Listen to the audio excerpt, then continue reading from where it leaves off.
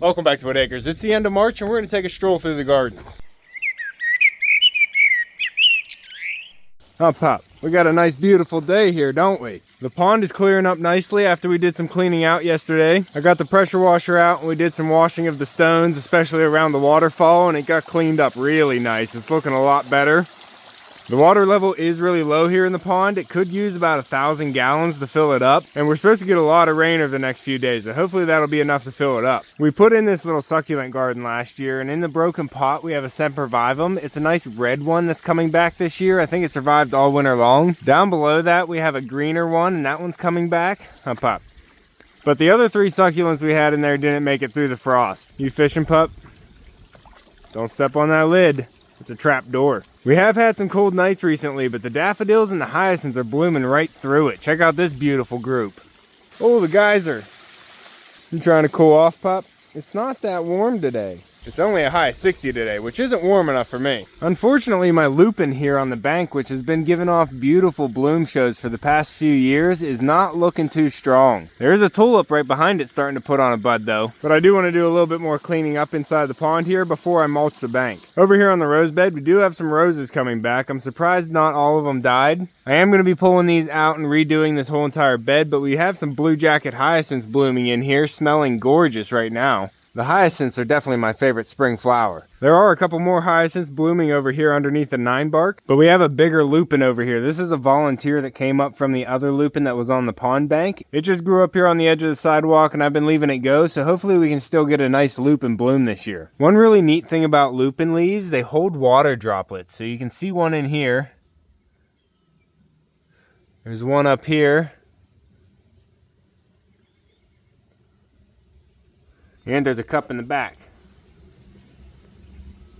So I think it's really neat how the leaves are kind of hydrophobic like that. As you can see in the upper bed here, the hostas are just starting to break ground. And over here in the corner is my favorite hosta blooming on the property. This one with the white petals and the peachy cream trumpet center.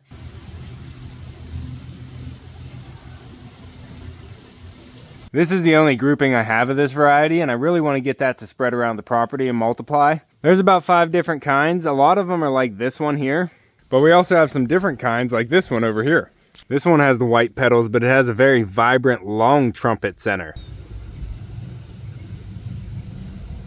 There's still a lot of work to be done over here next to the driveway to get these gardens looking good and ready for spring, but I try to have daffodils blooming in all the gardens to give it that early spring pop of color. And behind it, you can really see the nectarine starting to bloom. It has a beautiful pink color.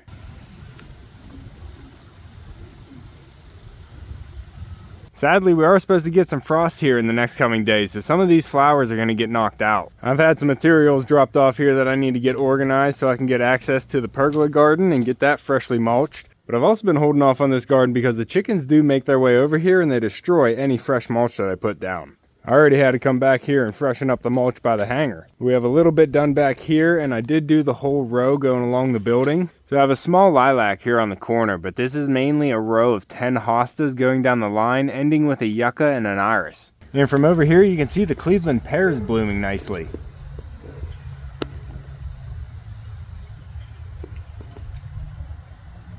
It's nice to have the Cleveland pears. They're one of the first trees to put on some color. So there's still some more mulching to be done back here. I put a fresh layer of mulch on all the gardens every year. That's to keep the weeds down, but also to add nutrition back to the soil. Down here I have this protected in a cage right now. This is a peony. It's a really big one actually, but I've been trying to save it away from the chickens. That's why I have it in this metal basket. I just have to try and get it off of there before it grows up through the basket. Along the edge of the driveway here, we have another type of daffodil. I only have this one right here, so I don't have any of these white ones anywhere else. I don't know how that yellow one got in the middle of this white drift. But we have some blue from the wild bell hyacinths blooming here. We have a white hyacinth right there. We have some viola coming up and blooming down below. That's a weed, but it always blooms a nice purple flower this time of year. But this is another really beautiful daffodil. It's really striking bright white with the yellow center, just adding a little bit of contrast. And I need to pull that yellow one out of the middle, but I do like the way they look here on the edge of the pergola garden. But you can see the chickens have been here scratching around, making a mess of my brick edging. I haven't done anything here with the poplar bed. We are starting to get the Shasta daisies to come up and the barberry starting to put on its color. I need to put some water in that bird bath, but we're supposed to get a lot of rain here soon, so they're probably all going to get filled up. And of course the chickens also destroyed the edge work on this garden, so I'm going to have to get the edger back out so I can get a nice line on this again. It was expected to happen all winter long, but I am trying to put up another fence over here to put the chickens in there for the summer so they don't ruin all my gardens once I get them looking nice. I did get the mulch spread around this hemlock and around this edge of the hanger, so it's looking a lot nicer. And the bees are really loving the Cleveland pear over here.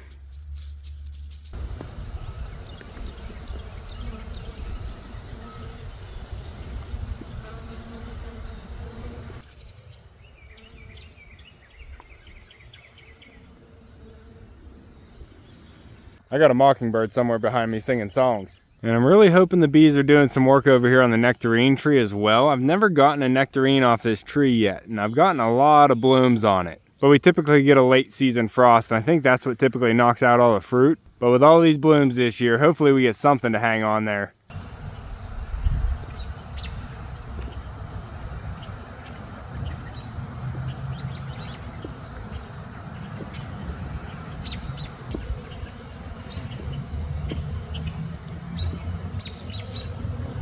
So the nectarine tree's blooming here on the food forest, but there's not a lot else going on. We have some green growth here on the fall gold. We have some growth here on the josta berry, and we still have blooms here on the indigo hascap.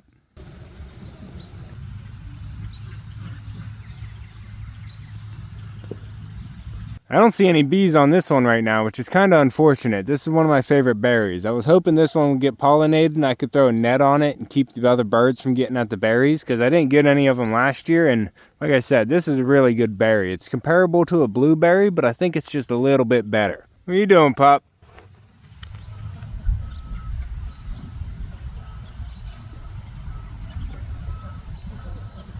He's just hanging out with Dizzy. Now here in the island garden, we're getting some nice blooms. We're going to come around the back side here. We have daffodils, we have hellebores still blooming. The rhubarb's starting to come up, but I think I should move that into a sunnier spot. And it looks like the deer are starting to leave the daylilies alone. They ate them back in the beginning, but now they're starting to put on some growth. The forsythia is looking really good, but it probably only has a few more days left of this vibrant yellow color. But it's looking really good right now with the daffodils. Huh, Pop? We got more daffodils over here too. This area probably would look really good right now if I was able to get it weeded and mulched before all the blooms came in. But you know, if I tried to clean this up and mulch it before I got the chickens into their summer run, they would come down here and just destroy it. So we're just gonna have to see the beauty beyond the weeds. All the bird baths are empty. They probably want some water in there. Luckily the pond's only a few flaps away. Ooh, look at that, a white daffodil with a big yellow trumpet. I should pull that out of there. It's kind of stuck under a root. But coming over here to the side garden, I did get some more mulching down. You can see right here, I got the mulch down and the chickens kind of scratched it all up already. Luckily, it's kind of only in the corner. They didn't do it to everything down here. But I brought the fresh mulch over here next to the daffodils, and we have the whole side garden all freshly mulched as well. Now for the hyacinths to come up.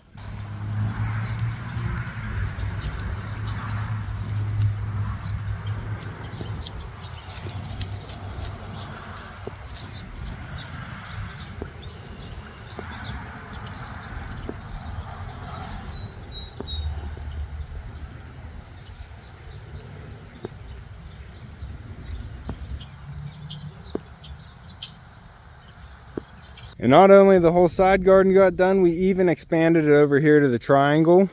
So the method I use is to dump the wood chips over there in the front garden, then I get the wheelbarrow and bring them all over here. I ran out of wood chips, so I only got this triangle garden done, but I did spread a little bit over there underneath the empress tree.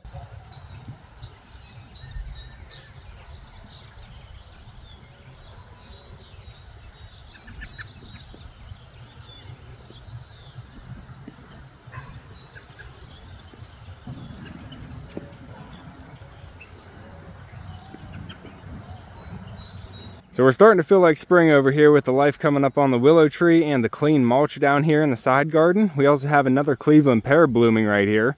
So it's keeping the bees around the whole property happy. You were just trying to get a drink, puppy, and you got all splashed, huh, bud? Bad timing for you.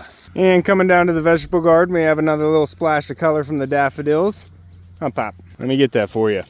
Go ahead in, see if there's any rabbits in there.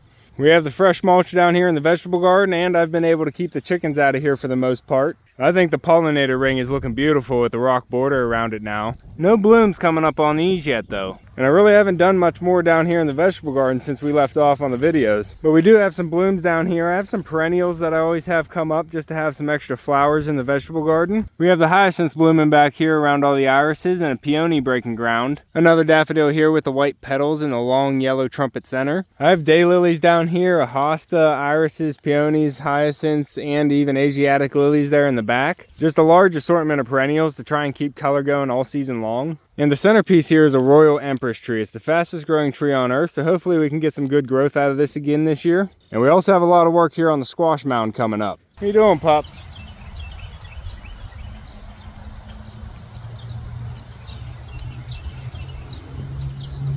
Nothing? Okay. I know this one won't be a very long tour, but I wanted to show you what's going on here at the end of March because we are supposed to get some cold nights and I'm worried some of the flowers are just going to get frosted off. And by the time I do my next garden tour in the middle of April, it's going to be a lot different. I haven't even mowed yet this year, but the grass is really greening up, and with the warmer weather, we're starting to get some spring growth. Check out the intake bay. We're low on water, so it's really rippling in here.